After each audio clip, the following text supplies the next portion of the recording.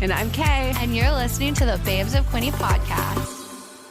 Events on the Rocks is all about helping you truly live in the moments that matter by removing the stress from events of any size. Ashley, the mastermind behind Events on the Rocks, loves the hospitality industry. She founded the business to offer custom event planning services and day of coordination, ensuring your events are smooth and stress-free.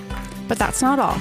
Events on the Rocks has a one-of-a-kind mobile full-service bar that can roll up to any event, leaving your guests in awe with an array of cocktails, mocktails, and mouth-watering snacks. You can learn more about Events on the Rocks and meet Ashley at the 2023 Quinte Wedding Show on October 22nd. Purchase advance tickets at eventsontherocks.com and make sure to follow Events on the Rocks on Facebook and Instagram at events_on-the-rocks.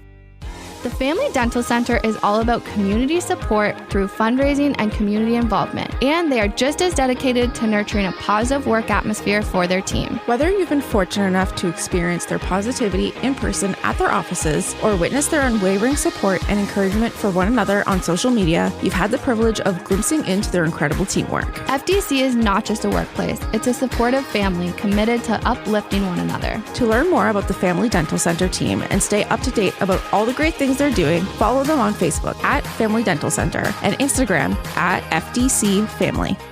You have listened to us talk about the amazing experience we had and the wonderful people we met at Brazen 2023. Now it's time to mark your calendar for Brazen 2024, hosted by Simple Desk. This full-day experiential event for women by women is happening on May 31st, 2024 at Cherry Val in Picton. It's a day full of networking, support, delicious food, giveaways, vendor booths, and an inspiring panel of female entrepreneurs sharing their inspiring stories. Tickets go on sale November 1st. For more information, visit simpledesk.ca/brazen and follow Brazen on Instagram at brazenevents1.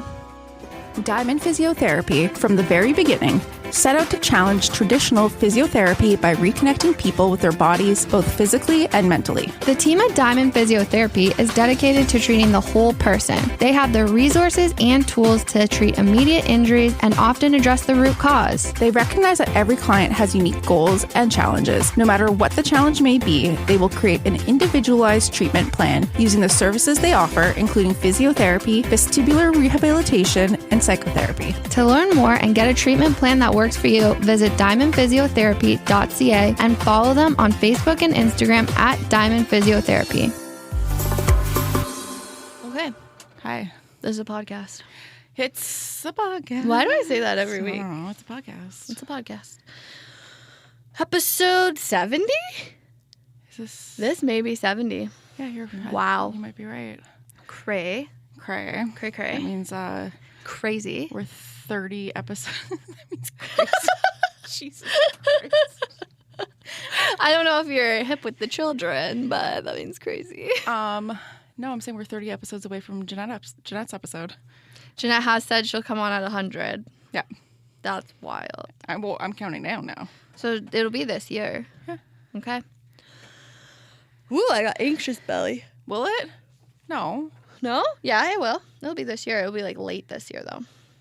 There's not 30 No, weeks. Sorry, this fiscal year. Oh. Not this. Sorry. Yeah. This fiscal year. To me, years are like September to September. That makes way more sense. Yeah, I don't care. January does nothing for me. I don't think it does anything for anybody. I'm sure some people get hot and bothered by it. I mean, that's I'm probably joking. why there's so many September babies.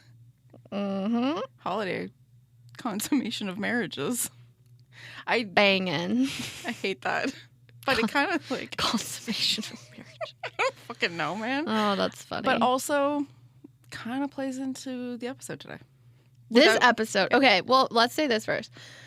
Last week, crazy week for us. As you heard in last week's episode, literally Kay was at home. I had just gotten back from vacation. So on the Thursday, we won. I was at a chamber event. Mm-hmm.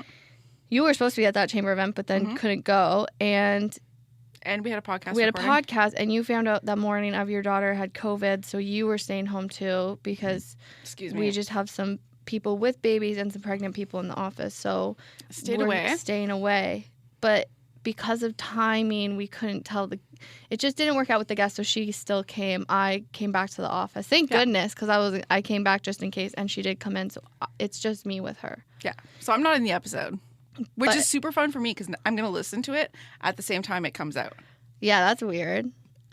Which never happens. No, but it's fun. Okay, so it's Nicola, who's the owner of Diamond Physiotherapy. They are one of our sponsors right now. Huge shout out. I have learned so much about physiotherapy in the last 2 months and from this episode. Really sad I missed this one. So the cool thing about Diamond Physiotherapy is, one, they do physiotherapy. Nicola specializes in pelvic health physiotherapy. Men and women. Everyone has a pelvis. Yeah. Not just women, if you were wondering. They also have psychotherapy because your body ailments can be psychosomatic. And sometimes you need to work through stuff. Yeah. No, it happens. Brains are fucking weird. They're so And they will do shit that you don't understand. Or even maybe you realize that it's happening. But yeah. But so, like, I guess maybe a warning. Yep. There's That's like fair. a talk of sex. There's sexual content. There's sexual content. But not like spicy sexual No, content. it's This like is educational. And I'll leave it. I had a great time. I was not expecting what happened. It's Katie's and I loved it. version of educational content. Yeah, go for it. Listen, enjoy. I think short intro, enjoy. Yeah.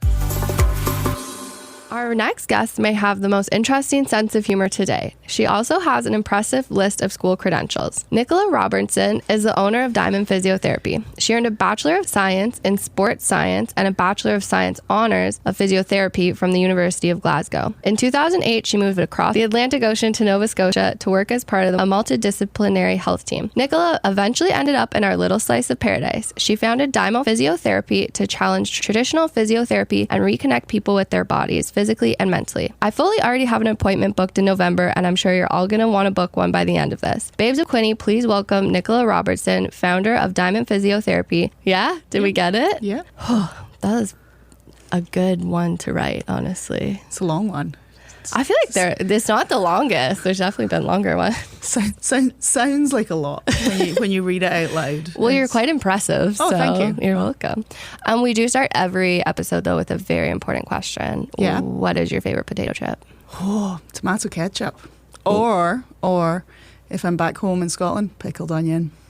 That's a kind of chip. Yeah. You can get it in the British stores. But do they have ketchup chips in Scotland? Yeah, they have ketchup chips in Scotland. Really? Yeah. We have loads of weird things like prawn cocktail and... Okay. Yeah. That's Yeah. a kind of chip. Yeah. I've seen that, I think, in like Thailand, where it would be like seaweed or... Yeah, no, it's just a chip that tastes nothing like prawns, but it's called prawn cocktail. Yeah. Okay. There's lots of weird stuff in the UK. What's your favorite weird thing? And a deep fried pizza. Tell me more. So basically, they get a piece of frozen pizza and they throw it in the deep fat fryer and then they give it to you. And it's like a heart attack on a plate. But Delicious. if, you were a student and you maybe were out late on a Saturday night. Perfect snack. It's great. Makes you feel great on a Saturday. It absorbs everything right up. Yep. It's got the grease. It's got the salt. Maybe I need to try this. Then you have to have some iron brew as well. What's that? It is our pop. It's the most popular pop in Scotland. It's called Iron Brew. It is orange in colour and it's fizzy. But it's not like orange soda. No. There's no way to describe it. It has to be tasted. Does it taste like... It doesn't taste like... No. It tastes like Iron Brew. Can I get that anywhere here? Yeah. At the British stores? Yeah. Okay. I'm putting it on my list. I'm scared but excited. It's... You either like it or hate it. There's no in between. Okay. Like, there's no like, that's okay. It's either... I hate that or I feel love like it. that's like Vegemite. Oh, I hate Vegemite. I've never had it. My husband really likes it. Where's he from? Canada? No, he's Scottish as well. Okay, how'd you guys end up here? Like, sorry, I'm like warm, so I'm like, is that on? I don't even know how to turn it off. So I, during physio school, got to spend some time in Canada as part of my clinical education. And I thought, this would be cool.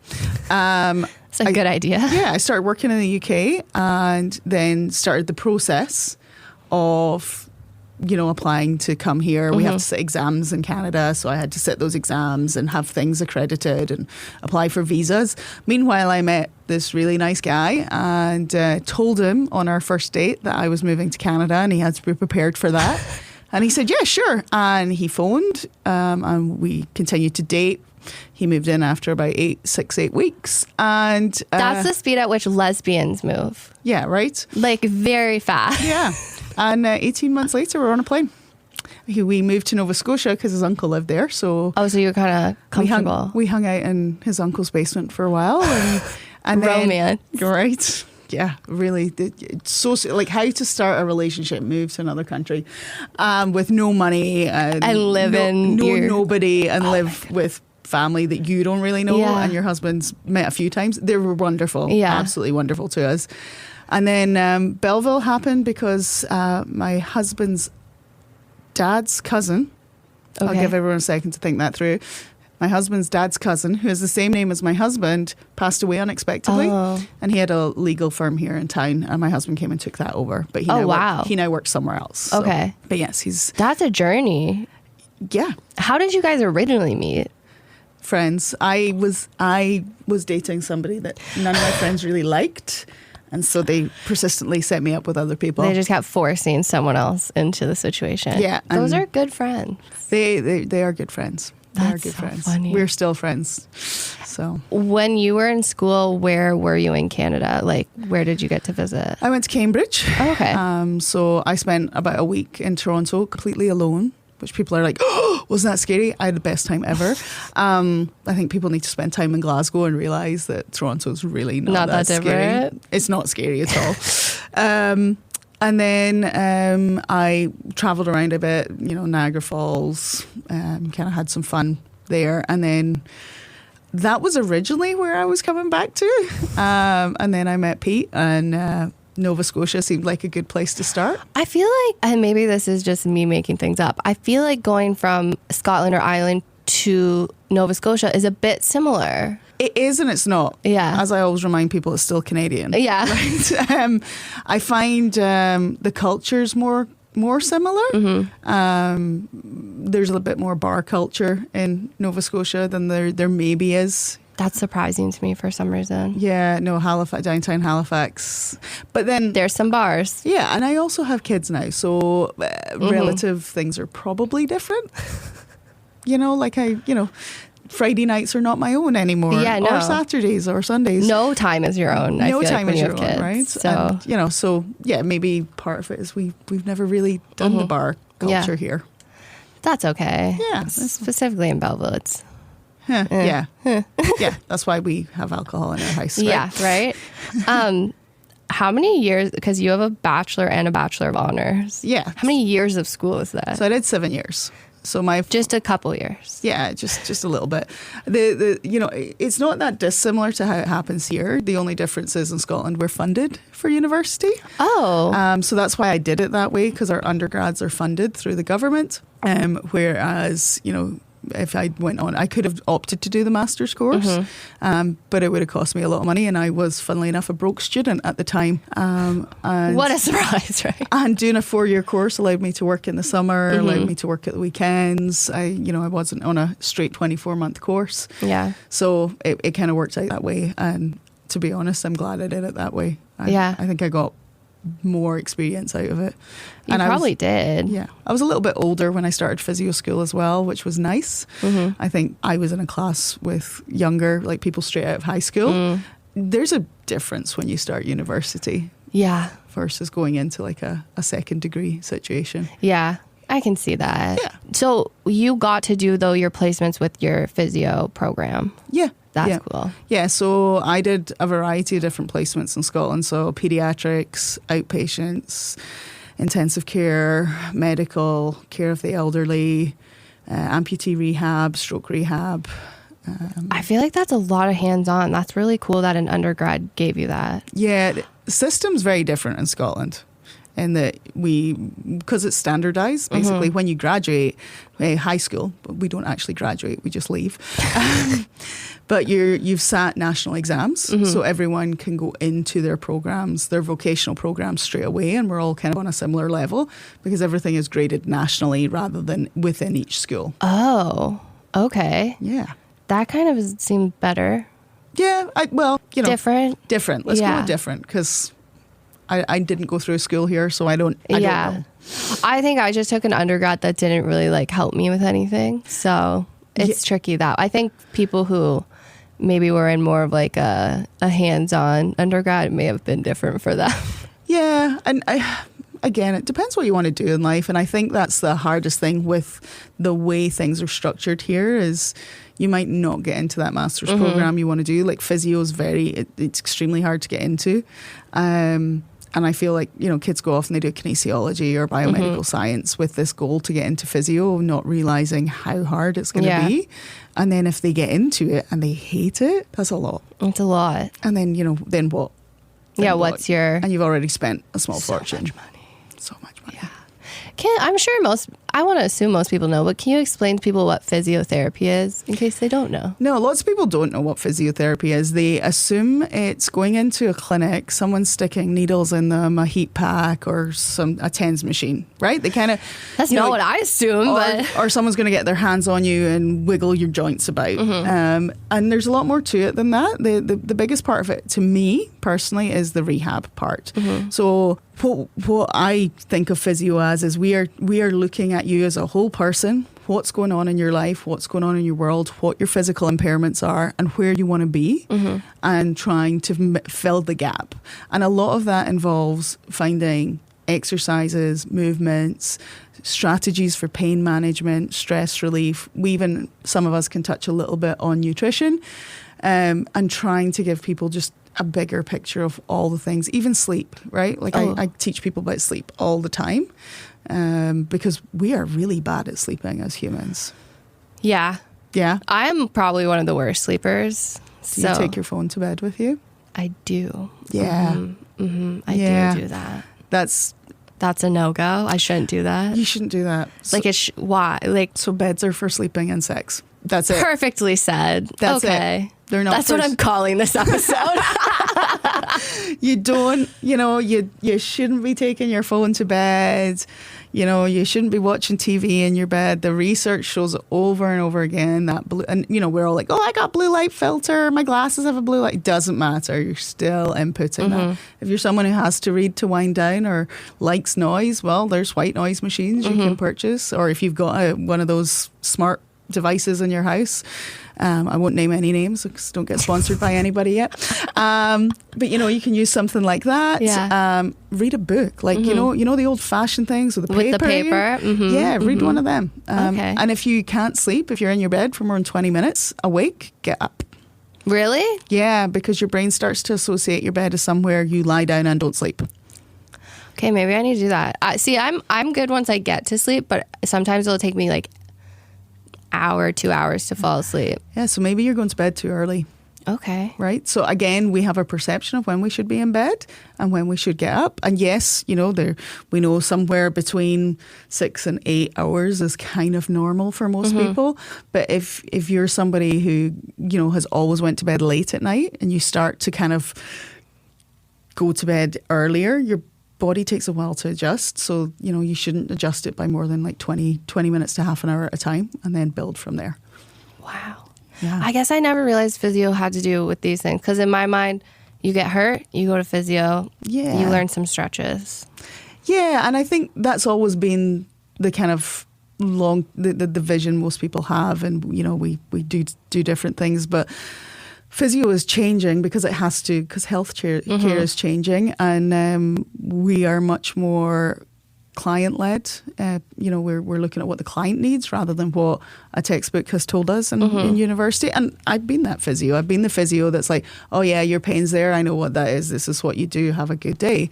I'll see you in a week, or I'll see you in 3 days, whatever the program is. But now it's kind of looking at the whole person and what's important. Nobody's going to do their physio exercises or any kind of activity, which we know is good for us, if they're not sleeping. Yeah. Or if they're not managing their stress. And that doesn't mean getting rid of all the stressors in your life. I get a little bit soapboxy about, just reduce your stress. Yeah, good luck. Be realistic and make sure a couple minutes in your day you do something that brings you joy. And if that is sitting in your car, having a coffee, cool. Do it. It doesn't need, not all of us like meditation. Not all of us like doing yoga and Tai Chi. And that's okay. You have to work out what your body does like. It's the same with exercise. Yeah. Everybody, I don't want to exercise. I don't like exercise. I'm like, no. You just haven't found the right thing. And exercise isn't formalised in a gym. It can just be standing in your living room, having a little dance with your kids or your partner. It can be going for a walk. The only thing we tell people is you have to lift some kind of weights. You have to. The research, really? Yes.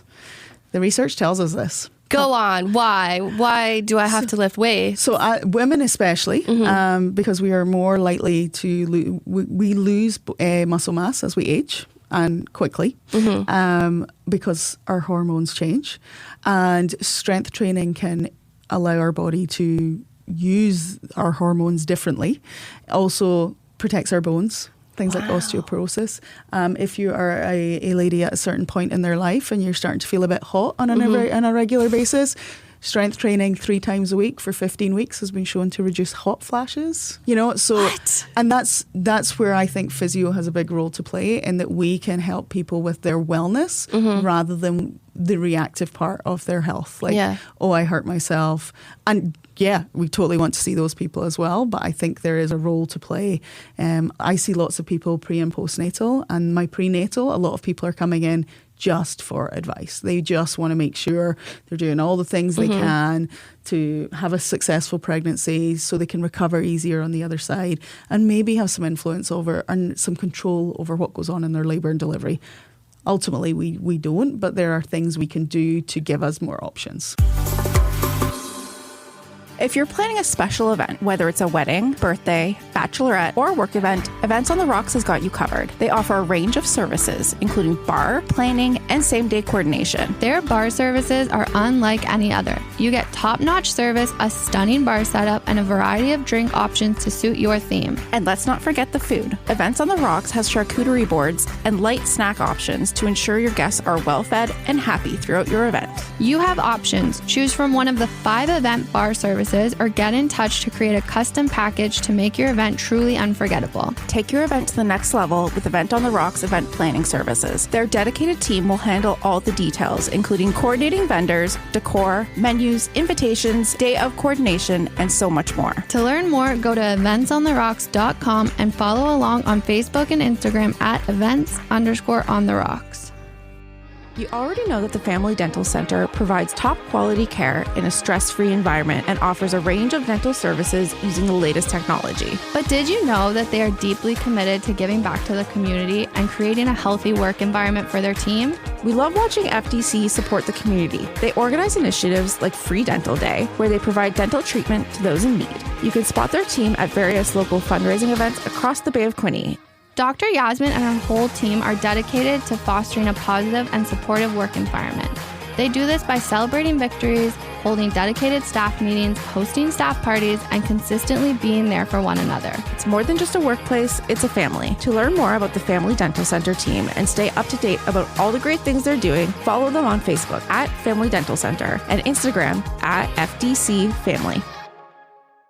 Brazen is defined as bold and without shame. Jenny, the visionary behind Simple Desk, created the Brazen event to empower women in business to be their authentic and unapologetic selves. After the rapid sellout of 2023, get ready for a bigger and bolder Brazen 2024. This full-day experiential event created by women for women showcases, inspires, and connects female entrepreneurs and working professionals from around the Bay of Quinte. The day is packed with networking, vendor booths, exciting giveaways, delicious delicious food, and a speaker panel of incredible female entrepreneurs sharing their inspiring stories. Don't miss out on Brazen 2024. Mark your calendars for May 31st, and tickets go on sale November 1st, 2023. For all the details, visit simpledeath.ca/brazen and be sure to follow Brazen on Instagram at brazenevents1.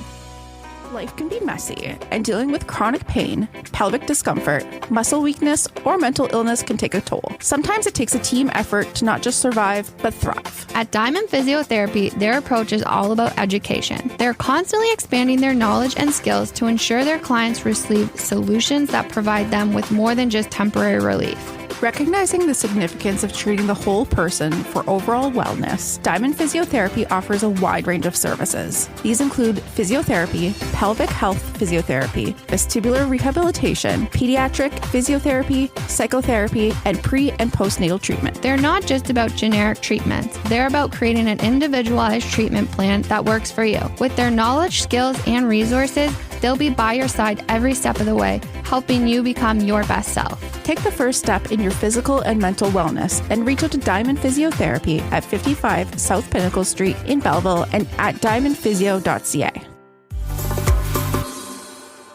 When you were in Nova Scotia, you worked in a multidisciplinary health clinic, is that correct? Yeah, and that was very much the case in the UK as well. And I think you end up opening your eyes to other things.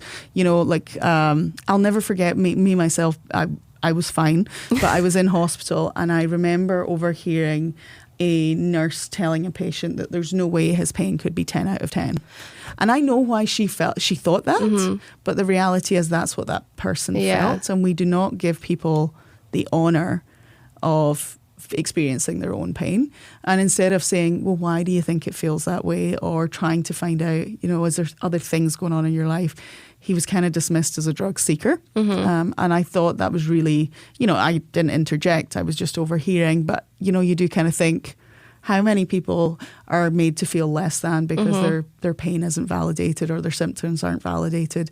I see most of my work is in women's health. I do see men as well, but you know, the number of women that come to me that have been told, oh, you know, if sex is painful, just have a glass of wine and you'll be fine. Oh, that's, use more lubrication, or, well, that's kind of normal as you get older. That's a big statement that is made just generally to people, and especially women, age really, oh, that's just something that happens when you're older. Things like urinary incontinence, you know, menopause, prolapse. We just blame, oh no, there's not much you can do about that. You just have to live with it. And I kind of think, you know, would we tell our 5-year-old to live with, oh, you're peeing your pants? No, or as a parent, we would get involved with that and try and work that out. But women especially are left on the sidelines with that stuff. Yeah, I think you're just like, well, it hurts, but I guess that's normal. Like, other people have it too. So, or other people, I always have this like, well, other people have it worse. Mine's not that bad, so I'll be okay. Yeah, that's an interesting statement, because I always tell people, you can't compare your pain to someone else's, because what you experience is completely personal.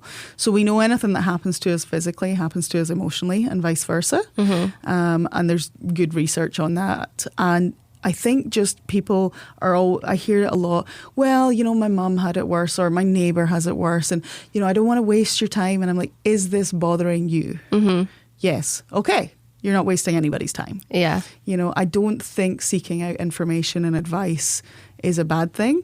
I think we are discouraged from it, and we are always thinking, well, you know, I should just accept that. And that's maybe just the way I'm going to be. Again, would we let our best friends do that? Probably not. You'd be like, no, you need to find out what's going on. You need to get some help. Yeah. But when it comes to ourselves, we're really bad. I know. You're always better at like pushing the friend, or like, so I'll now be like, what would I tell them to do? And then what should I do?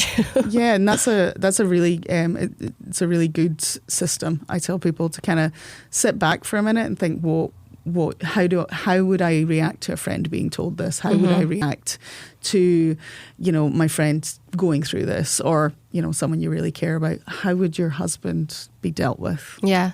And, you know, I do think we have wonderful medical practitioners in town, like all our extended healthcare providers, private clinics, they're great. But I still think sometimes, especially in the public system, because they're under such a time crunch, a lot of things are bypassed, and that's where physio, certainly in the UK, has always filled that gap.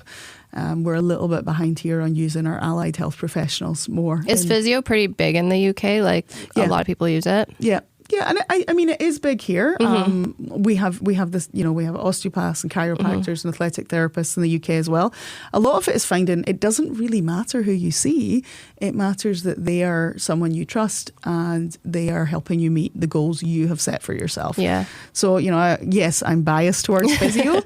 But I do think there are lots and lots of wonderful people out there, and it's finding that person. Like, I have psychotherapists in the clinic, and people are always like, who needs to see a psychotherapist? I'm like, well, kind of everybody. Everyone. Go to therapy. It's great, everyone. And it's not because you're crazy. It's not because you're depressed. It's because simply it's nice to have somebody who's not emotionally involved in your life listening to your issues. So. We're big therapy advocates here. Yeah. I have therapy tomorrow, everyone. So Me too. Yeah, right? Like, I think there used to be a stigma.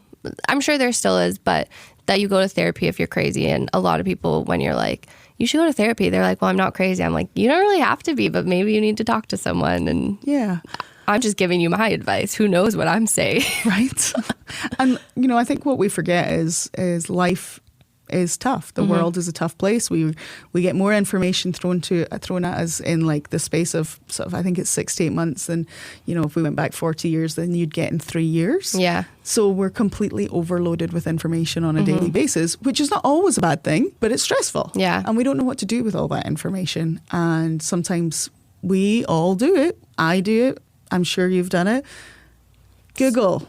I have a headache, right? And then you get 30, 50,000 results. Then you're dying. Yeah, you're dying, or it's nothing, or you're panicking and you're going down rabbit warrens of what this could be, instead of just seeking out some advice. And certainly in the UK, for example, if you have back pain, you don't get to see your doctor first. You have to go and see the physio. Really? Right. That's interesting. So it's called a back pain pathway. And basically it's just a really nice way of making sure people are they're not, waiting 6 months for an MRI or, a week and a half for an X-ray, and then they're having problems with taking medication and all the other things that medication can cause, all the nasty side effects. They're going to see the physio first, who then makes a determination as to whether they need imaging, because the research shows we generally don't. But I get, clients and they've unfortunately, the opposite has happened, and they're very concerned about their MRI results. But that's not always what's going on underneath the surface. That's not what's causing the pain. It's an incidental finding. Wow. Yeah. I like the kind of, like, here it's considered the backwards process, but it kind of makes more sense to go that way. Yeah, and I understand, especially when physiotherapy as a general rule is in the private sector. We do not have much in the way of public funding. I always tell people, write a letter to your local representatives about that, because I think we're never going to see that level of funding in the public sector again. But if we use the resources, the wonderful teams that we have out here, we have some great clinics here in town. Not just mine. Mine's awesome, obviously. But there's some really wonderful people out there who can really give you lots of different options, rather than kind of having to sit and emerge for 9 hours for an X-ray to be told there's nothing wrong with you. Yeah. If you feel pain, there's something wrong. Yeah. Yeah. Whether it's mental or physical. Yeah, and it's probably both. And also, X-rays and MRIs don't show what happens when we move. They don't show muscle pain. Yeah, they're just static. Yeah, and there's absolutely no test for pain. There is no validated way to test someone's pain. Okay? So if you're experiencing it, it's real. I've never thought about that before, because it's always just someone being like, what's your pain level? Yeah. And I'm like, I'm fine. Yeah. Well, and the other one, people always, I do use the 0 to 10 scale, and they're like, well, I have a high pain tolerance. I'm like, no, I don't care. I want you to compare it to the worst pain you've ever heard versus having no pain. Where on your scale is it? Yeah. And that's, I always tell people, 5 or 6, we're kind of into moderate pain. Anything above that, things aren't good. And it's not normal. It's not acceptable. And I don't mean this in a nasty way, but your tolerance of pain isn't really relevant, because it's personal. Yeah. We all have that friend who walk into a wall and have blood pouring down their face, and you're like, oh my God, are you fine? Yeah. And then you have people like me who get a paper cut and it's like a public service announcement. I have a paper cut. I need a Band-Aid. I need something to clean this. Am I going to get sepsis? When was my last shot? And just spiraling. Yeah. And again, it depends on the circumstances as well. We kids are great examples of that, right? If they're running, they're having fun, they fall over, everyone goes, and they just get back up and keep going.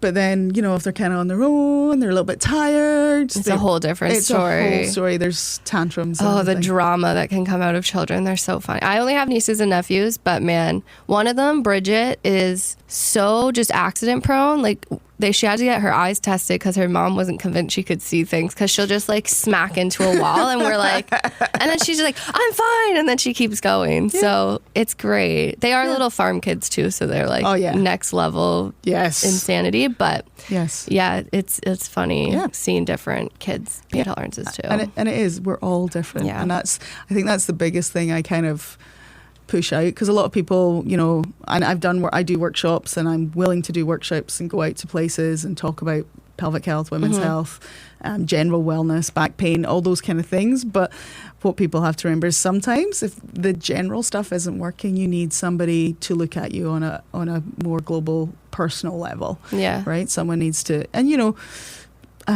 people come into me, my pain's been worse. Okay, how's things going? Well, yeah, things haven't been going well at home, and work's been a bit stressful. When did your pain start? Well, it was when that meeting at work happened, and I got all this extra work. There it is. There it is. Yeah. Okay. So we can't change the extra workload, but what are you going to do outside of work to give yourself a break? And for some people, beneficially, that's going to the gym or going for a walk. Yeah. Do you find it's hard? Because I feel like we're in a society now where people want like immediate results. Yes. Like, what has your experience been with that? That was a really quick answer. It's difficult, right? We do want immediate, and just go online, hit Google. If you're listening to this at home, go onto Google and look up how to cure my diastasis, which is an abdominal separation that happens normally for women during pregnancy. Okay, but there's just screed 6 ways to avoid diastasis, 3 exercises to get, and you'll see on magazines, 6 exercises to get flat abs. Has anyone ever actually got flat abs from those exercises? Probably not. The reality is we should know, and we should be better understanding that it takes time. If you're trying to learn a language, you don't just put on your Rosetta Stone and the next day you're fluent in French. Yeah. If you're trying to learn a new skill, some people do pick up things quicker than others, but it does take time, and recovery from anything takes time. Pre and postnatal physio is a huge battle with that, because we see our celebrities bouncing back, and we always have that friend, and they've just got everything together, the kit, everything, the makeup's on, the hair's on, but they might have got up 2 hours early to do that. So just give them a bit of grace, because that might be what they need to feel like a person, and then we compare. Yeah. Comparison is the thief of joy. It really is. Right? But it still happens. It's still, and I another thing I tell people, what are you looking at online? What's your Instagram feed? What's your TikTok feed? My TikTok feed is mostly dogs doing really silly things and comedians saying really offensive things. Yeah. Nothing in between. Yeah, there's no middle ground there. No. But if you're following all these celebrities and influencers, and there are some good influencers out there, but there are some who are telling you, you just need to work. The Kardashians, that quote. Yeah. And I'm like, that's good for you, because I do believe that people like that do work hard, but they also have a different set of circumstances from most of us. I work 5 days a week, sometimes 6. I have 2 kids. Yeah. Things fall apart from time to time. I'm not perfect, and nobody should be.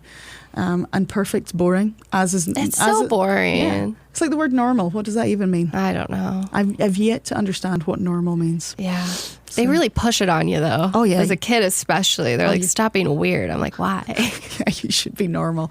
I was never the normal kid. I still am not the normal kid, but I'm thriving in it. Yeah. I think as you get older, you embrace it a little bit more.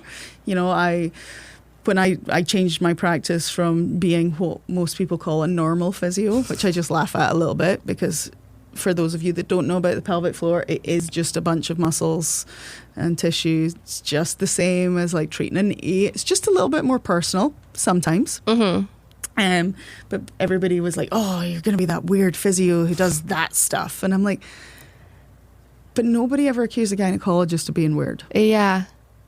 So okay. What's the difference? Yeah, honestly. You know. How did you come up with Diamond Physiotherapy? And let's talk about the clinic and how it is the weird fun one. Yeah, right. You should watch our Instagram.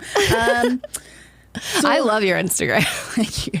Diamond Physio kind of came around.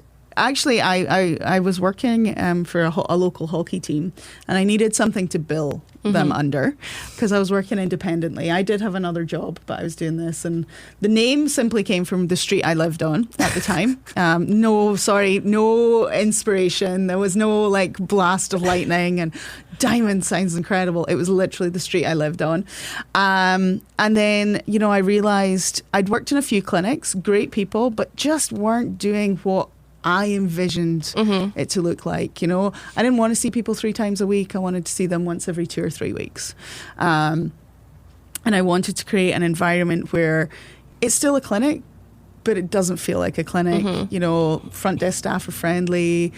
All the staff get on really well, and that's where this came out of, and really just offering something that's not a clinic, but is a clinic. We've evolved over the last, I think, 7 years. I think it's been 7 years, and basically just trying to create something where we get people better as quickly as we can, and we give them the tools to get themselves better. It's not a case of, oh, you hurt your ankle. If you're seeing Jamie, who's one of the other physios in the clinic, and he'll say, oh, I need to see you 3 times a week for ultrasound. We don't do that. We just don't. Yeah. We get you box jumping and squatting and deadlifting. If that's what you want to do, if you don't want to do that, that's okay. But we will make you pick up a weight when you're in the clinic. Like at some point in your time with us, you will do some exercise and some movement. But not, oh, go and do these and I'll go and see somebody else. It's let's do this together. Yeah. Let's have some fun with this. And I think creating an environment where it's safe to play with movement, and we can manage that well, that's really important. And then having the support of our psychotherapists was really important to me, because physiotherapy, it's in the name, but we are not fully trained in therapy. I've done some out there courses, as I call them, on cognitive behavioural therapy and acceptance and commitment therapy, but I am not a therapist. Yeah. I have a limit in my scope, and so it's nice to have somebody who can support that journey for people.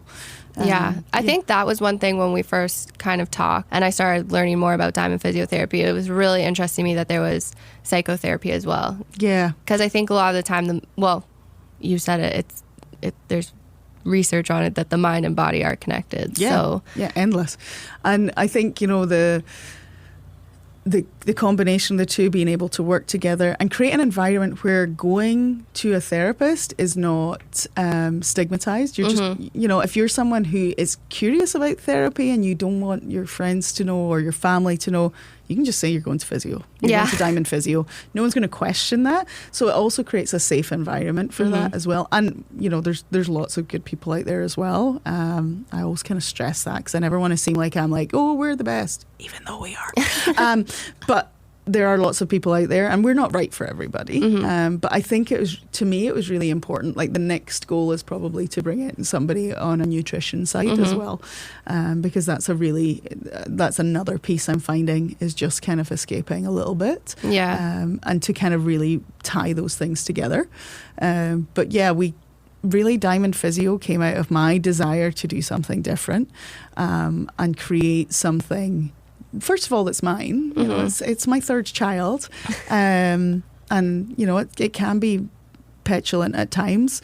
But I really wanted to create something a place where people could come and have a laugh and enjoy themselves. And if we're having a bit of a joke in the clinic, we get the clients involved in it as well. And we're having a deadlift competition, for example, between the staff. I'm winning out the girls. Jamie doesn't count because he's a boy. But and then we have clients doing box jumps. Whenever we have students coming in from Queen's University, we get them doing it, seeing how high they can box jump. It's quite funny when they eat it. We do have videos of that. But just kind of creating an environment where just because you're seeing me doesn't mean the other clinicians won't speak to you and vice versa. Yeah. It's not like a scary place to be. You're having fun. No, and sometimes my dog comes with me. So what kind of dog do you have? Okay. He is a golden doodle, but if you meet him, he does not look like a golden doodle. Okay. He looks like a retriever spaniel, bizarrely, but he is. I'm trying to picture that.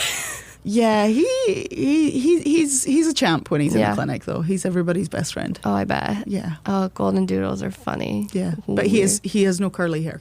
Oh, he's like is it straight hair? Yeah.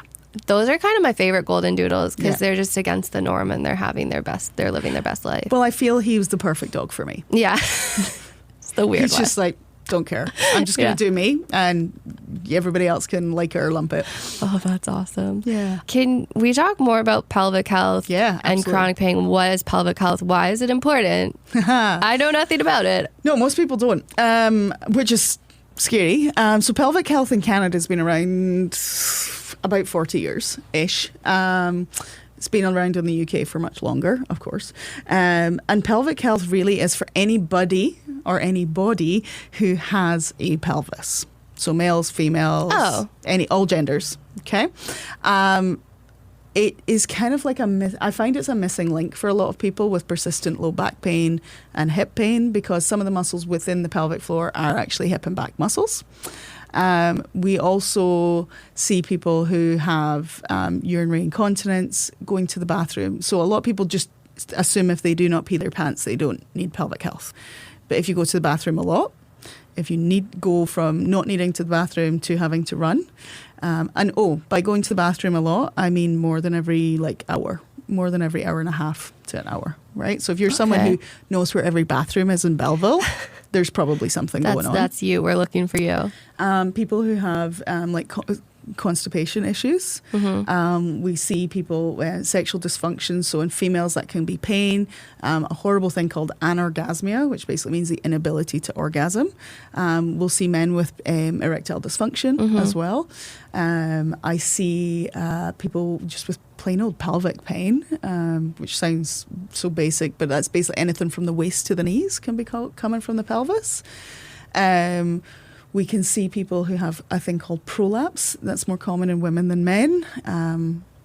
Don't Google that, people. No, don't. Don't Google it. Just drop me an email and ask me questions about it.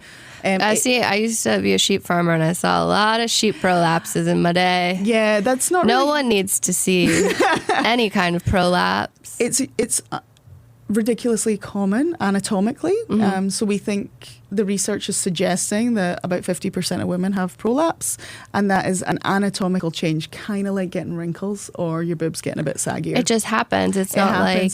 It's only when it becomes symptomatic. So pain, dragging, heaviness, sometimes incontinence. Wow. Yeah. So I find with a lot of people, they're so scared of these things. I treat people with diastasis, so that abdominal separation. Again, the research has changed so much in the last few years on that. We used to tell people never to do crunches. That's changed a lot since then.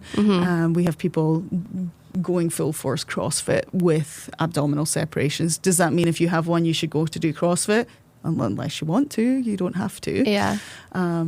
So we kind of cover this whole spectrum of stuff. The other thing is every time you stand, sit, lean, reach, your pelvic floor muscles are doing something. So you can have pelvic floor tension as well as weakness. So a lot of people say to me, I do Kegels. My first question is always, has anyone assessed your ability to do a Kegel? You have to assess that? Yeah. Yeah, and we can do that internally or externally. Yeah. Some people are not comfortable with an internal exam. That's fine. Like your body, your choice. But yes, it should be assessed. The research on pelvic floor muscle training, which goes back quite a few years, like more than 10 years, says that you need to do 3 months of supervised pelvic floor muscle training, and you must be assessed to determine if you're doing it right. So lots of people buy, these fancy devices you see online. The vagina weights? Yeah. And some of them cook up to apps and they'll tell you how well you're doing. They don't really detect if you're squeezing the right muscles. Oh. They're great devices if you know you're doing the right thing. But if you don't know... But you could have them and you're not actually using the right... You can squeeze your thighs and make them work. Oh. Yeah. I've never used one. I had a friend that used to use them. Yeah. They're wild. Great if you like them and you use them more... great. And they scare me in a weird way, but they're probably fine. It's fine. I could make a really smart comment. I'm sure you've had worse up there. That's why I'm gay now. But the reality is, I tell people, if that's something you want to invest in and spend your time and energy on, cool, go for it. We have all owned weird exercise gadgets in our life. My favorite that I've never owned has to be the shake weight. But they're just comical at this point. Yeah, right. But I think pelvic health has such a big reach. Yeah. Should everyone get pelvic health physio who has a pelvis? No. Mm-hmm. I think if you're having something going on that you're unhappy with, if you are pregnant, if you've had a baby, there's nothing wrong with. I have people who come and they're like, "Can you just check my stuff? It's where it's supposed to be, and there's nothing wrong. And tell me how to how to minimize my risk." Mm-hmm. Sure, no problem. We can do that. It's not for everybody. Yeah. But I think it's frightening to me still that I get people, especially young people, coming in with no clue. Yeah. Right. My older clients I can understand. They weren't. I have patients in their 50s who weren't told by their parents or family members what a period was.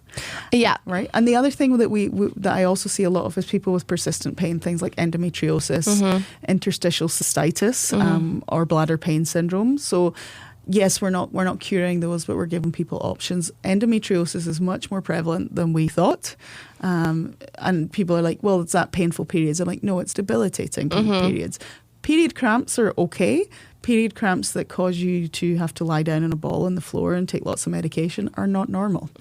And we are still not good at diagnosing that. We dismiss it, I think too, there's always this hush hush around, as a young female, you're taught to hide your tampons and pads and don't tell anyone you're perioding or all these things. And I think there's still a stigma around talking about anything pelvic, sex, anything related. 100%. I have a very open mother, which is lovely. But yeah, it's definitely still... I've probably made a lot of friends open up about things. I'm like, well, why do you think it's like that? I've bought multiple friends' vibrators. I'm making them live their best life. But I think it's important for people to address what's happening in that area. Well, most women, I will say to them, one of the things I do if I'm doing an internal exam is I'm going to observe your tissue, your vulva. What? Yeah, they don't know what it is, right? You've looked before. No, never. Okay, well, we're in October. Breast cancer is something that's talked a lot about this month, but we should check our vulvas just as often as we check our breasts. Yeah. It's yours. Think about ladies out there or people with vaginas. Think about people with penises and how often they check them and touch them and just make sure they're there. Yeah, they got to make sure they're there. Right? Because it might fall off. Mm-hmm. And, there's no stigma attached to that. We just kind of joke about it, right? Yeah. Why is there a problem with a woman taking a hand mirror or a female looking at her vulva? Do it. Get down there. Get personal. Yeah. See what's going on. You own it. It's yours. You should know how it works. I always, this is one of my conversations around sex. You should know how to have an orgasm on your own before you have an orgasm with anybody else. Big snaps. Big snaps right there. And also no one can take your virginity. That's your choice. If you want to label something like that. Every girl in high school should be taught about what sex should and shouldn't be. Boys should be also taught this information so that they don't get their best information from free porn sites, because that's not real. Nope. You can listen to podcasts about people who work in that industry and they'll tell you it's not real. You should also learn to use lubrication early on in your life so there's no stigma around using lubrication. So you should use lube even if you're wet and wild down there. Yeah, why not? It makes it more wet and wild. Have fun with it. It's like a slip and slide. Exactly. Right? Okay. Right? There should be no stigma around things like anal play. We should be talking about things like that for men and women, regardless of their sexuality, gender. Lots of men if you like anal play, it doesn't make you gay. I have had this conversation with men because I've had men be like, well, I'm not gay. I don't want something up my butt. And I'm like, you may like it. And they're like, what do you mean? No, I'm not. I'm not gay. I'm like, you have like a G, don't they have a G spot in their butt? Prostate's up there, yeah. Yeah, and it feels good. Some guys like it. So don't knock it till you try it, everyone. Yeah. And we should be talking about this at high school level. I'm talking about, there's a really good book that I share it. I get no money from this. It's called Come As You Are. It's by Emily Nagoski. Is it spelled C-U-M? No, unfortunately, it's just C-O-M-E. I know it would be great. Less fun, but still great. And it's a really good book to read about how sex is so different for everybody. Like this is the other problem in society is there's this word normal comes out, and I always tell people that I treat most is urinary incontinence and pregnancy. I see lots of people with urinary incontinence, lots of people who are pregnant, and then people who are having problems with sex is probably my third most. And I'm talking from 17 to 85. Right? Love the 85-year-old still getting it going. Oh, yeah. I have some older patients that could teach me some lessons.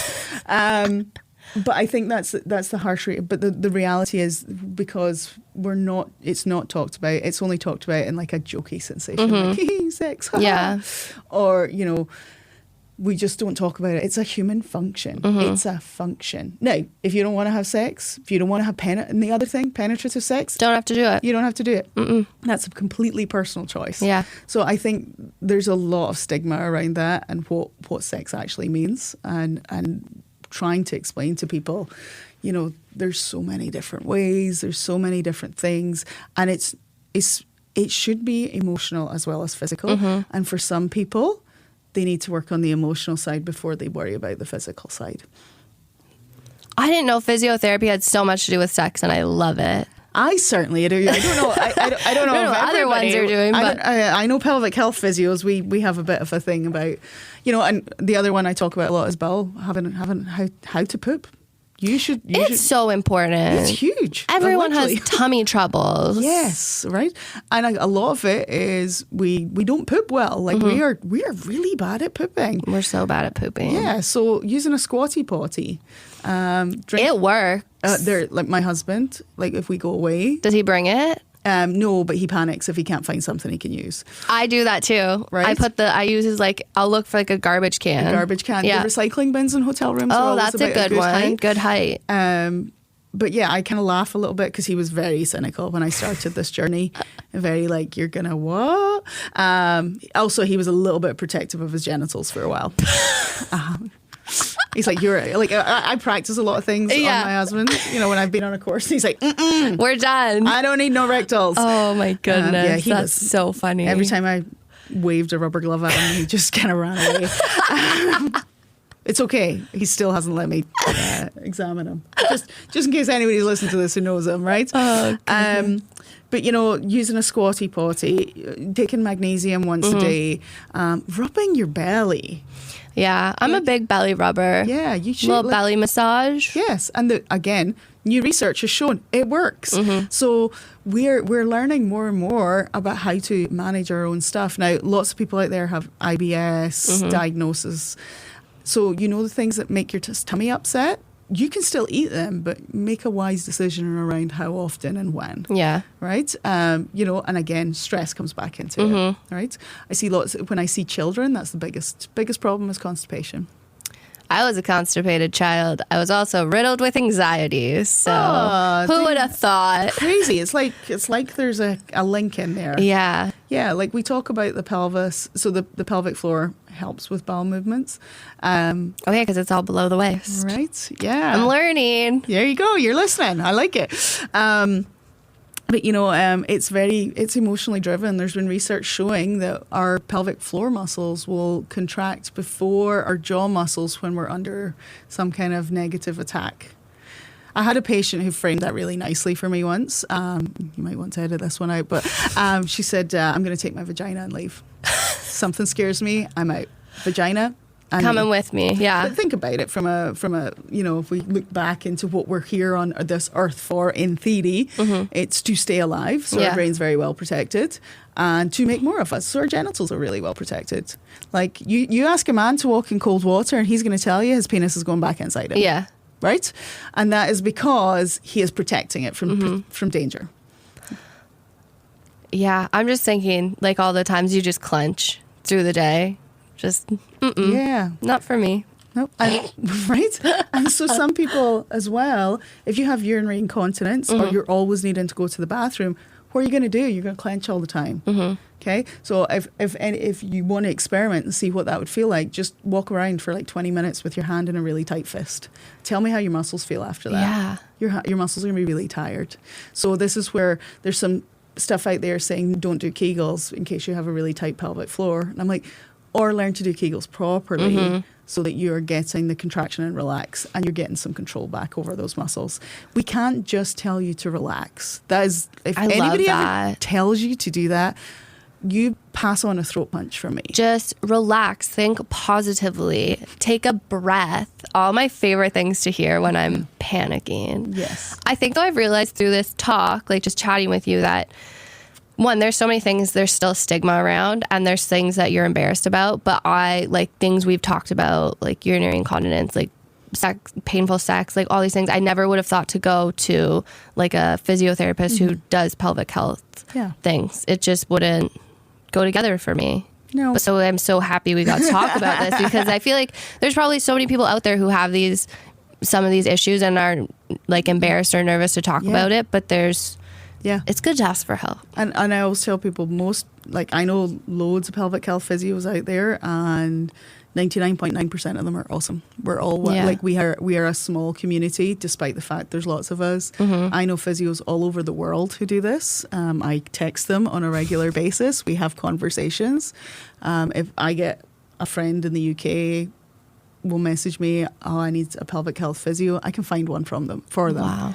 I've referred patients all over the world, and I think part of it is we have to be more open to the conversation, and also if you're having a problem, it's okay to share it. We will share if I have a sore shoulder or a sore back, but we're not going to say we're having some issues with incontinence, or we laugh at our friend who can't jump on a trampoline. Yeah, I will say I've made funny jokes to my mom, but I'll stop now. I still do. I always say, "Where's your poise pad?" Yeah, I will say things like that. There's nothing wrong with having a joke, but then be like, "Is it bothering you?" Yeah, like because then check in on them after the joke. You're allowed to make fun of people. Yeah, like I'm all for that. I'm Scottish. I was gonna say I'm like, you're Scottish, so it comes naturally. We have a really horrible sense of humor. We're just mean. See, I remember our first phone call. You made a joke, and Kay was very confused, and I was like, "No, she's Scottish. She's joking."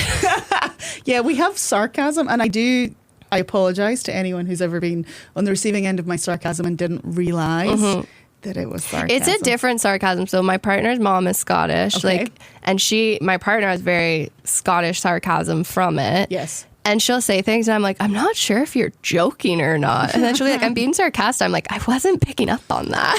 No, we're an interesting bunch. We certainly have a different sense of humour. One of my questions was, how often do people not understand you? But your accent's not that thick. Not too often. If I've been home and they come back in, it's tough. Most people do not understand my parents when they're here, which is just music. I just laugh. I don't get it. I don't understand. But yeah, I've been here 15 years, so my ability to speak slowly and in a slightly Canadianized way is good. But I do say things that people just laugh at. Like, I do not have a trunk in my car. I have a boot. Do you say brush instead of broom? Yep, the brush. A brush. And the rubbish. The rubbish that goes in the bin. Yep. Yeah.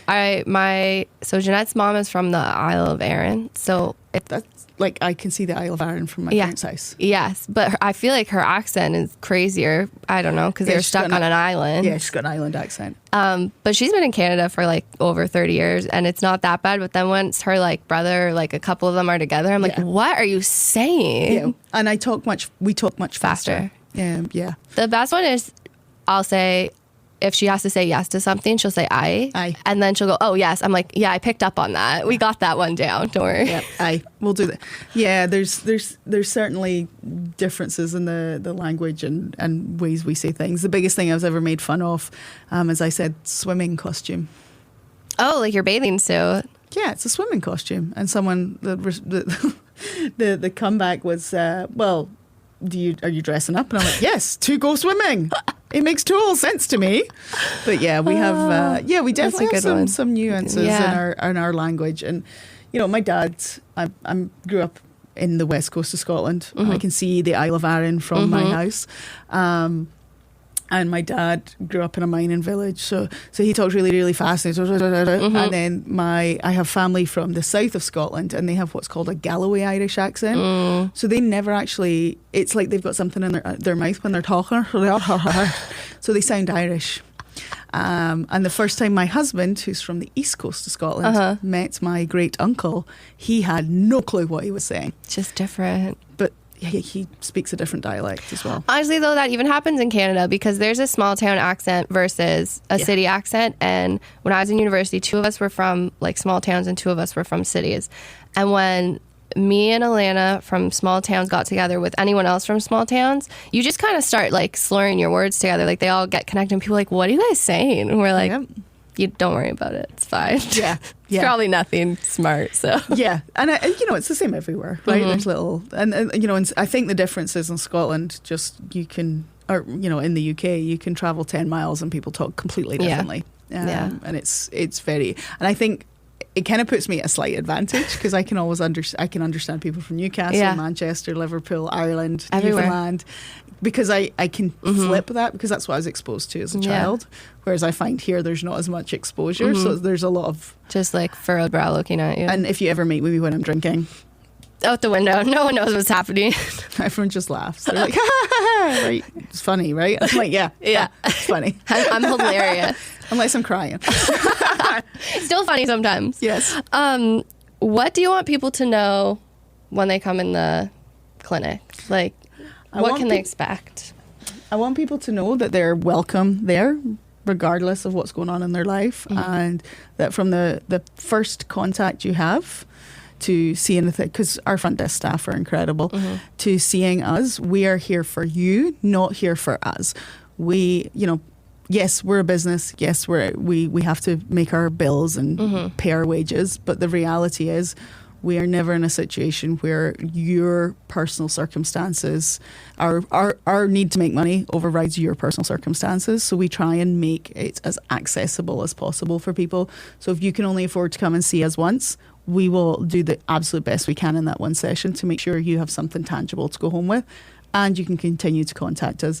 I always tell my clients when I'm like, you don't need to come back and see me, but now you've been my client, you're always my client. Oh, that's really nice. So you can contact me anytime.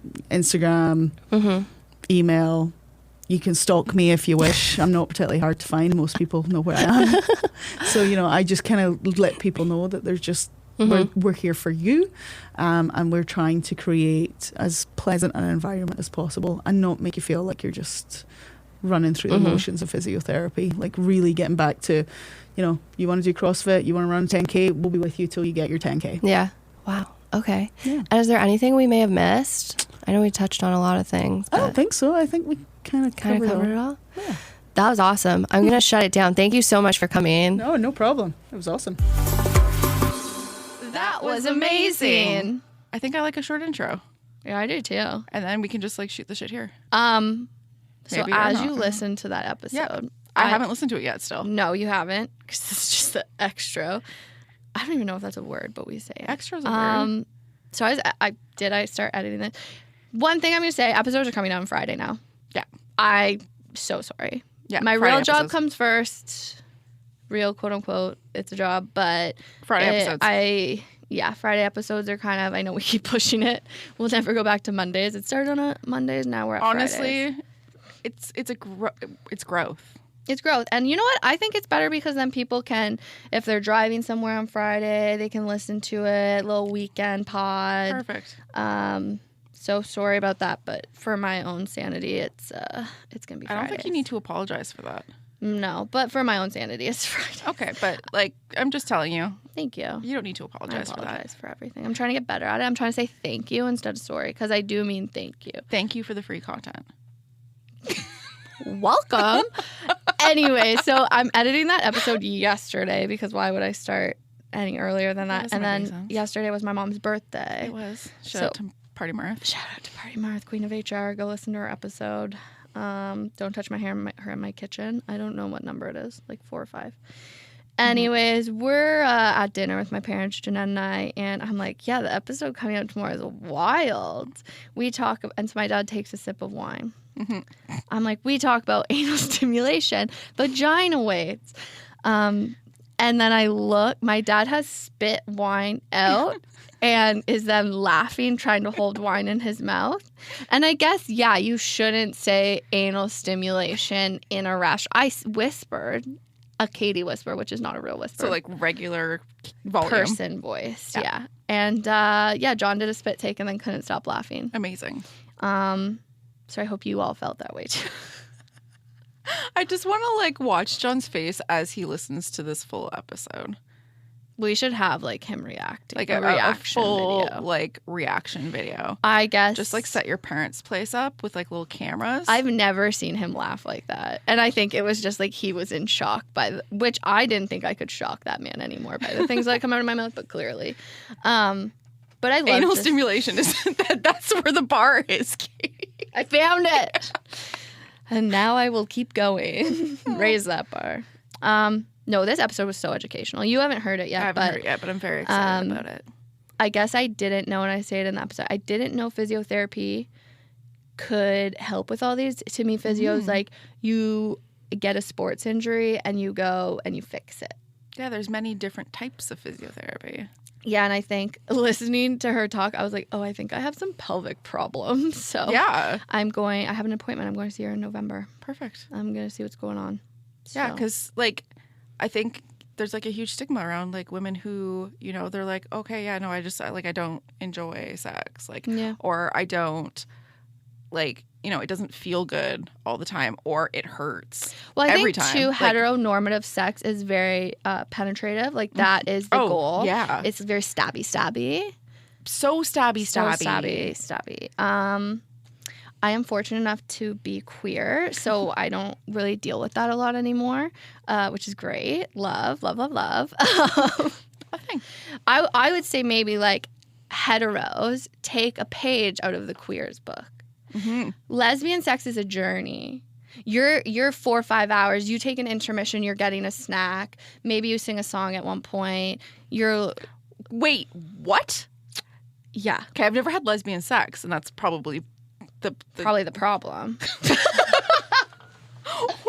What? Is this not a known fact? I thought this was like a joke. It's like when you were telling me about dating a girl. Oh, yeah. So Kay, we thought maybe because she has... Okay, so as I mentioned in the other episode, I got dumped. I just like saying it like that so because it's like I'm not actually like upset anymore. I was upset before, but now I'm not. We're over it. And I think I can just say it like that because it's just fucking funny. Because I'm 36 Here years for old. the jokes. Because I'm fucking 36. Laugh at your trauma. Oh yeah, like I'm over it. So I was like, yeah. I'm like, maybe I just need to like have like a one night stand with a woman. Like maybe I just need to like get it out there, like be a little bit of a fuckboy for like 2 weeks, sleep with a woman, and you know, just like maybe see the other side. And then I was rudely fucking slapped. I educate the people? Yes, educate the damn people because I did not know. In hetero world, it's like you girl can do world. That. In hetero world, you can do that. You can hate it and quit it. Yeah. You never have to see that person again. Yeah. My experience, I will say there are fuckboy lesbians out there. Yeah. They are like the hard mask. You watch the L World, picture Shane. Mm-hmm. That is like, but say you're on a lesbian dating app or like a queer dating app and you're a girl seeking a girl, you put in the work. Yeah, see, that's what I didn't want to do. It's like a month of either messaging, You are messaging. You are creating an emotional connection. No. You are like telling them how you're going to get a dog together. And then you go on a date. Some do it on that date. Some don't. Do the sex. Some don't. So sometimes it's a long game. See, that's what I would just like didn't want. It was like I want the exact opposite. So when I met Jeanette, yeah, I was coming out of like a messy relationship, and I was trying to hit it and quit it. I was on Tinder, swiping my life away, trying to get some. And it wasn't working. Was it working? You were like, I just wanted to date. I wanted to bang someone. Fair enough. 4.5 years later. Okay. She was doing the same thing. Lesbian relationships are so interesting because there's girl math, there's boy math, there's lesbian math. Yeah. You've been dating a week, you've been dating 3 months. You've been dating a year, you've been dating 10 years. You've known each other 2 weeks, you get a dog together. Well, it's like my sister just moved in. She actually waited a long time. Yeah, okay. That was like 6-7 months. I don't know if I'm allowed to talk about this, but I am. My sister is dating this absolutely great, wonderful human. Lady. Her name's Dylan, and they started dating. Whatever. She started going over for the weekend. Also, in lesbian world, traveling isn't a thing. 10 hours equals matter. 2 hours. Once I traveled 8 hours for a girl I met on Tinder. Yeah. So she went to Toronto for her because she's like a little bit north of Toronto. So she would spend the weekend there, and then she stopped coming home. And then all of a sudden, like 3 weeks have gone by, and I haven't seen my sister, and I'm like, what the shit? And I'm like, okay, like Katie told me she's U-hauling, but this has been like it's been now probably. It's been like a fair amount of months. It's been since the spring at least, but she didn't actually start regularly staying there until like September. I was waiting. I was like, when you get it, it's been. I was waiting for her to send me the text being like, hey. I don't know how to explain it to you, and I think like your like hetero friends get very concerned, but your queer friends just get it. Well, I was concerned for a sec. I was like, this is really fast. She's like, yeah, we said we were going to wait a year, and the look on your face, you're like, there's no fucking way. I was like, there's. But again, I'll say 6 months in lesbian world is like 2 years in I can see that. They just seem to have a really nice flow, and they. I think the thing with like women relationship, there's like an emotional connection so quickly. Yeah. Because we're so emotionally mature for the most part. I will say there's crazy girls out there. Do not get me wrong, or crazy women out there. But I think you have like this friendship and bond and like trust very quickly, and then. See, you're making dating women sound so appealing. Do not get me wrong. It's rough. There are some people, it's not good on any side, I would say. But when you find someone who's willing to do the work with you. When you're finding someone who's willing to do the work with you, I think it's very special. But yeah, what I was saying is lesbian sex is a journey. It's a journey. You take breaks, you get snacks. So it could be like an afternoon. Mm-hmm. Like a whole like lunchtime to like before dinner situation. Yes. Fun. I'm like sick. Yeah. Sign me up. That's what I want. Yeah. Okay. So next stage of this, I need to find a lesbian. Good luck. It's weird out there, man. No, and I did it once, like where I was like on like Tinder and I was swiping and I was like, I don't like this at all. This area is hard too. I'll say I just don't want to do that. No. Yeah, Peterborough's got a good amount. Trent is a very queer school. I just don't. So that's again, and then it comes into the thing where it's like, I just really don't want to put the time in. Yeah, that's fair. And I feel like, you know what, maybe that's like a big giant sign for me to not date anybody for a little bit. No, but sometimes you just need that like physical touch. You don't need the emotional. I don't even know if I want the physical touch. I think I just want the orgasm. I know a lot of other things that could give you that.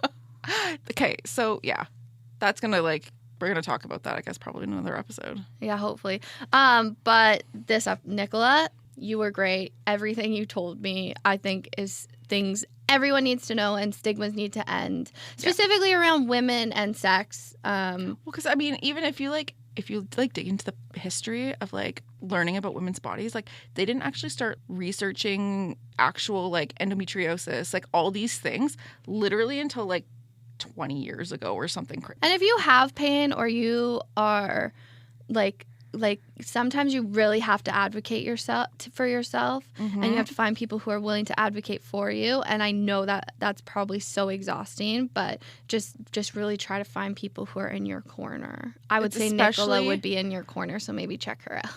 It's especially difficult when you have a male doctor. Yes. I will say shout out to my doctor. Dr. Andrew Robertson, you are a fucking gem. Yeah. Because every single time I walk in there and I'm like, I think there's something wrong, he was like, he will always validate it and be like, okay, like let's actually look into it. Like I'm not gonna, he never dismisses me. Yeah. And your pain is valid no matter, because I said to her a lot of times I'll be in, like, I get migraines, but I've never gone to like a pain clinic for them because I'm like, well, I know other people get worse migraines or more frequent migraines. But it doesn't matter. That's your pain and that's your experience. One thing Nicola did say was every woman should know how to make herself orgasm before you need to understand how you orgasm before you. Yes. Yeah. Yeah. Sex is for you too. Safely. All people should go down on other people is all I'm saying. Yeah. Putting that out there. Yeah. Spend time. If your partner does not do that, you just like direct them south. That is like the foreplay people. Why? We're going to get some sex educators on here. Why do men hate foreplay sometimes? Because they like the stabby. I can't. This is why I'm not dating. Fuck it. This is a fun episode. That's what I'm saying. We need to have Kendra on. Is she the sex therapist? Kendra Hamilton. She's a sex therapist. Down. She used to work here. Oh, yeah. You told me about her. Okay. Yeah. She's love. Absolutely Apparently lovely. we're doing Sex Corner over this fiscal year. You know what? I think that like sprinkling important. them in every so often is like, that's why I just think it's like, it's something that people just don't talk about. And I like talking about those things because it's like, I don't know anything. I feel like I know a lot of things, but also nothing. And people don't want to talk about it all the time. And I'm just like, okay, like I don't want to like guess about these things. And you have things. resources within your community if you are struggling with certain things, which I think is so great. Yeah. It's like, why, like, that's why girls are scared to talk about, you know, if something doesn't feel right or something happens to them or anything. Like, that's why girls don't talk about it because we don't actually educate them properly. And you're like embarrassed because you're like, does this happen to other people? I learned, okay, this is like my last tidbit of information. I learned that your vagina pH levels can fluctuate to the point where if anything comes out of it, because like fluids are normal. Discharge is normal. It can bleach your underwear. Yes. I didn't know that until probably after I had Lincoln. Really? Interesting. Because I was like, that's effing weird. So I asked my doctor about it. Yep. And they're like, yeah, no, that just happens. Also, we talk about lube in this episode and the importance of it. But if you are sensitive to lube, I just discovered there's a kind of lube. It's called like pod or something. Shout out, you can get it at Kim's Secrets. It's a pod that is a solid. So there's no water or silicone base in it, which can lead to yeast infections. And you just like break off a piece and then it'll melt and you can use it as lubricant. So it will, if you're sensitive, it will. That's so cool. Yeah, really cool. So go check it out. Yeah. Hot tips. Hot tips. Hot tips with Babes for Quinte. Hot babes. Hot babe tips. Hot babe tits. Anyways. Do you have any snaps? I want to give snaps to Benji. Yeah. So Benji's coffee bar opened yesterday. It's beautiful. We had him in to record next week's podcast this week. 2 days before he opened the coffee bar. What a gem. So that sweet baby angel, that he's taking on so much and he's absolutely killing it. The place looks incredible. The croissants looked insane. All of it just like everything just looked, the menu looks amazing. We went in yesterday. Yeah, it was busy, and just like the windows are beautiful. I'm obsessed with the lighting. The wood interior. Just so all of beautiful. it just feels good. So Benji's Coffee Bar is in, you'll know the building. It's the old like hospital auxiliary. Like yeah, thrift where store. the Memorial Arena is. Yeah, it's at 29 Market Street in Belleville. Like right across the street from Market Square. Yeah, go check it out. Give Benji some love. And be kind. Yes, be kind, be patient. I'm going to give snaps to my mom because it's her birthday. Aww. She birthed me. And then I also just want to give shouts today. As we are recording, it is Purple Shirt Day. It is Purple Shirt Day. Join the Dress Purple Day campaign to make sure your friends, family, neighbors, and community know that you're here to help and no one is alone. We all have a role to play in supporting vulnerable children and youth. So learn more by going to the Children's Foundation website. And if you want to learn more about the Children's Foundation, go listen to Zoe's episode, which is great. Good episode. She's fabulous. She is just I'm calling everybody sweet baby angels. They are sweet baby angels. And I'm just like, I genuinely think that Zoe's an angel. Yeah, we have great people in this community. We really do. Short intro, long extra. Should we wrap it up? Yeah. Okay. Bye. The Babies of Quinte podcast is recorded and produced at Starboard Communications, home of 95.5 Hits FM, Cool 100, and inquinte.ca.